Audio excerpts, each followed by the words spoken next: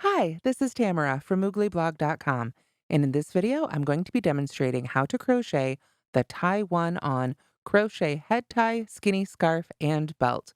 With less than one skein and just 4 rounds, you can make this piece with a ton of different ways to wear it. So this is a piece where you can add your creativity. To make it, I used a USH 5mm crochet hook. This one happens to be by Furls.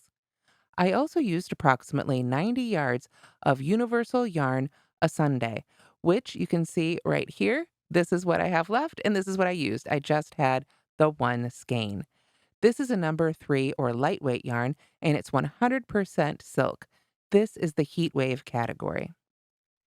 This pattern features custom sizing. So the stitch multiple for this pattern is 3 plus 1 plus the turning chain if needed. That said, we're going to start with foundation stitches, so we don't need a turning chain. Each repeat of this pattern adds 0.875 inches to the length of the project after it's blocked. As written, the full length scarf, belt, or head tie is 40 inches long with that row 1 stitch count given. Again, you can then lengthen it to whatever length you need for your project and add additional skeins if necessary. The finished width, no matter the length, is approximately 2.5 inches. So this pattern begins with row 1 and 130 foundation double crochets. If you would prefer to avoid using the foundation double crochet, there are instructions on this in the written pattern. To make the foundation double crochet, I do have a separate tutorial, but we'll go over it a little bit here. I've already put the slip knot on my hook, and now I'm going to chain 2. There we go. Then I'm going to yarn over and insert my hook in that first chain I made, the one right next to the slip knot. Make that yarn out from under my elbow. There we go. Now I can yarn over and pull up a loop through that chain. Now, those 2 chains are not going to count as a stitch, they're just our turning chain. That loop that I just pulled up through the chain will count as the foundation chain at the bottom of our first double crochet. So now I'm going to yarn over and pull up 1 loop through that foundation chain, and now I'm going to finish my double crochet. Yarn over and pull through 2, and yarn over and pull through 2. I do recommend using stitch markers whenever you have them available. In this pattern, I'm going to go ahead and put a stitch marker right in the top of that first stitch right there. That way I'll know when I come back around where to stop and that those are my 2 turning chains. So now to continue the rest of the row, I'm going to yarn over again and find the stitch at the bottom of the previous stitch, that foundation chain, those 2 loops right down here. I'm going to insert my hook, yarn over and pull up a loop. Take the time to pull that loop up to the height of the other 2 stitches already on your hook. Yarn over and pull up 1 through this foundation chain, and then finish the double crochet. Yarn over and pull through 2. Yarn over and pull through 2. Let's make a couple more together. We yarn over, find the 2 loops at the bottom of the previous stitch, yarn over and pull up a loop to make the foundation chain at the bottom of our new stitch. We yarn over and pull up 1 loop through this foundation chain, and then finish our double crochet. Yarn over and pull through 2, and yarn over and pull through 2. So you keep doing this until you have a total of 130 stitches, or you've worked to a multiple of 3 plus 1 with about the length that you desire. Now here I have crocheted 10 stitches, which is a multiple of 3 plus 1. So this is the size I'll be using for our little demonstration swatch today. After you've finished row 1, we're going to go ahead and turn, and from here on out, we're going to work on in rounds from this side. So our first stitch for round 2 is a chainless starting double crochet. And this is just personally my preferred double crochet substitute instead of using a chain 3 for the turning chain and first double crochet of the row. If you would prefer to use a different double crochet substitute or stick with a chain of 3, that's totally fine too. To make this chainless starting double crochet, I'm pulling up my hook to the height of a double crochet stitch. I'm going to secure the top of this loop on my hook with my finger. This part's very important. We don't want the loop to be able to move around on our hook because we're going to yarn over with the loop itself. Then we insert our hook right into the top of that first stitch, yarn over, pull up a loop, then yarn over, pull through that loop and behind the big yarn over. Then we can finally release the top of that loop to yarn over and pull through 2. Again, I do have a separate video tutorial for this on the Moogly YouTube channel. if you'd like to take a closer look. Since we're starting a new row, I'm going to go ahead and add my stitch marker right there to the top of the first stitch. Stitch markers are almost always optional, but I find they just make keeping track of things a whole lot easier. So with that chainless starting double crochet or double crochet substitute made in the first stitch, we are going to chain 2, 1, 2, skip 2 stitches, 1, 2, and then double crochet in the stitch after that. And that is our repeat. Oop, that's going to take us down this row. Drop my yarn over there. Let's do that again here a couple times. We chain 2, 1, 2. We skip 2, 1, 2, and double crochet in the stitch after that. So you're going to do that all the way until you get down to the end of the previous row here. And you can see on our tiny little swatch, I'm already there. So when you skip those 2 stitches and double crochet, you should land in the top of that last stitch, which would have been actually the first stitch of the previous row right there. You can see that's where we ended up. We had our stitch marker right there, so we know we're in the right spot. Now, here in row 2, we're not quite done. We're going to keep working all the way around. So now what we're going to do is chain 2 and double crochet in the side of this first stitch we made back here. Now we've got those 2 chains that we made at the beginning of our foundation row, our turning chain, and that's a really easy place to put these 2 stitches if you'd like. We can just go right there into 1 and put a double crochet. And then we're going to do that again. Chain 2 and work another double crochet here in the side of that stitch. And then we're going to chain 2 again. So let's take a break here. That was a lot, and look at what we've done. We've got our chain 2, skip 2, double crochet down the side here. When we get to this very end and we've double crocheted in this last stitch, then we're going to turn and work into the side of the stitch. We chain 2, double crochet, chain 2, double crochet, and chain 2 again. And that's going to allow us to turn some more and start working into the bottom of those stitches. So the first place we want to work into is a double crochet right in the bottom of that first foundation double crochet we made. So if we look at it kind of from this angle, that last double crochet gets worked into 4 times. We worked into the top, twice into the side, and again into the bottom.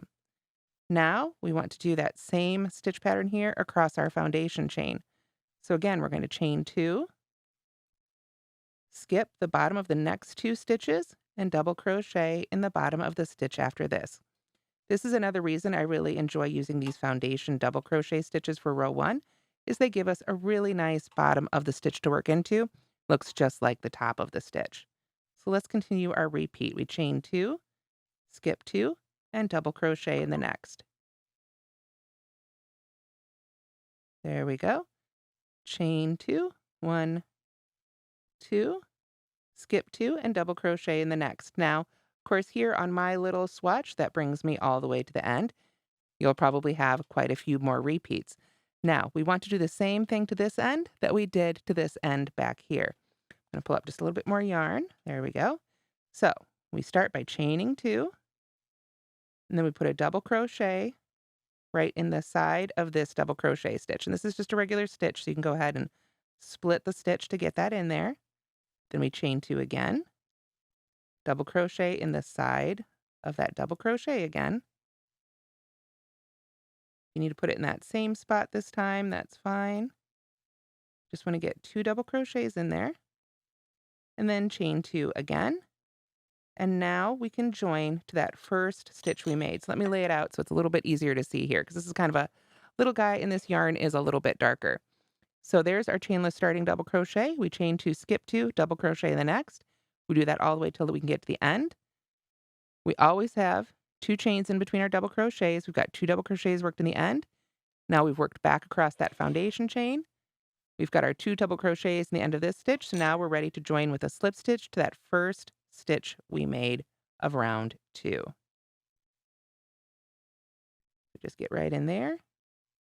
Might have to take that stitch marker out. Doesn't want to cooperate with me today. But it still shows me exactly where I need to go. There we go. So with that slip stitch in there, we have finished round 2. Round 3 is super easy. It's all single crochets. So we start with a single crochet right in the top of that first stitch, the same one we joined to. And since these are single crochets and they're short, again, really great place to use a stitch marker. Help you keep track and let you know when you've gone all the way around so you don't accidentally start spiraling. Now, we've single crocheted in the first stitch there. So now we are at a chain 2 space. So we're going to work 2 single crochets in the chain 2 space. 1 and 2. And then single crochet in the next stitch. And that's it. All the way around for this one. We don't have to do anything special. We don't need to increase at the ends again. We just work 2 single crochets in each chain 2 space and a single crochet in the top of each double crochet all the way around. So here's what it should look like at the end of round 3. Of course, yours is probably quite a bit longer, but you can see that single crochet gave us a nice solid edge there, and I have joined with our slip stitch to the first stitch, and now we're ready for round 4, our final round. Once again, we're going to start here with our chain 1. I'm going to get my stitch marker out of the way, and we are going to work a series of stitches here right in this first stitch. So we start with a single crochet. And so I am going to go ahead and put my new stitch marker right in the top of my new stitch here. Old stitch marker, I guess. There we go. And now we are going to chain 3. 1, 2, 3, and work 2 double crochets in that same stitch. So there's 1 and 2. There we go. Now, we finish our repeat by skipping the next 2 stitches, 1 and 2, and then we do it again. Single crochet in the next stitch, chain 3, and work 2 double crochets in that same stitch. 1, whoop, and 2.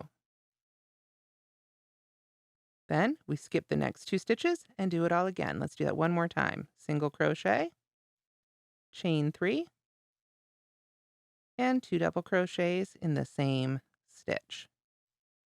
1 and 2. Make sure I land in the right spot there. There we go. Now, we are going to continue to do that all the way around. Again, we don't have to treat the ends any differently. This stretches out quite nicely. And you can see it creates this really lovely edging right here. And a little thing to help you keep track, make sure you don't get off track and skipping too few or too many stitches. That little grouping of stitches there, you can see, is always right above a double crochet, and it'll be the same thing on the other side, which we can see here in our finished Tie One On project. You can see that beautiful edging all the way around, and you can see here too, laid out flat, what it looks like all finished up, and what each of those repeats look like. Each one of these little sections right here, sort of a blank spot with a double crochet, that is one repeat of the pattern. And that is the part that, after you've blocked it out, should measure approximately 0.875 inches. I know that's kind of a weird number. It would have been cool if it ended up being exactly 1 inch. That would have been great for math, but that's what it ended up. I do recommend you block it a little bit. This one grew just a tiny bit with blocking from when I was crocheting it here. You can see it's pretty darn similar in size for sure, but it just helped it relax a little bit and evened out my stitches. So you can make this to any length you like. Like I say, we start here in the middle with row 1, and it's just any multiple of 3 plus 1, and then you can make it just as long as you like, and you can wear it as a hair tie. You can use it as a belt. You could certainly use a beautiful shawl pin to help tie that on, wear it as a skinny scarf. The great thing about this stitch pattern is that it does collapse quite nicely, so you are able to tie it on. And of course, with one skein of this yarn, you can make quite a bit of length. And that's how you make the Tie One On Crochet project. I hope you enjoy this pattern, and I hope you give it a try. It's got so many possibilities, from hair tie to belt to even a small little bookmark. Thanks so much for watching, and don't forget to like and subscribe.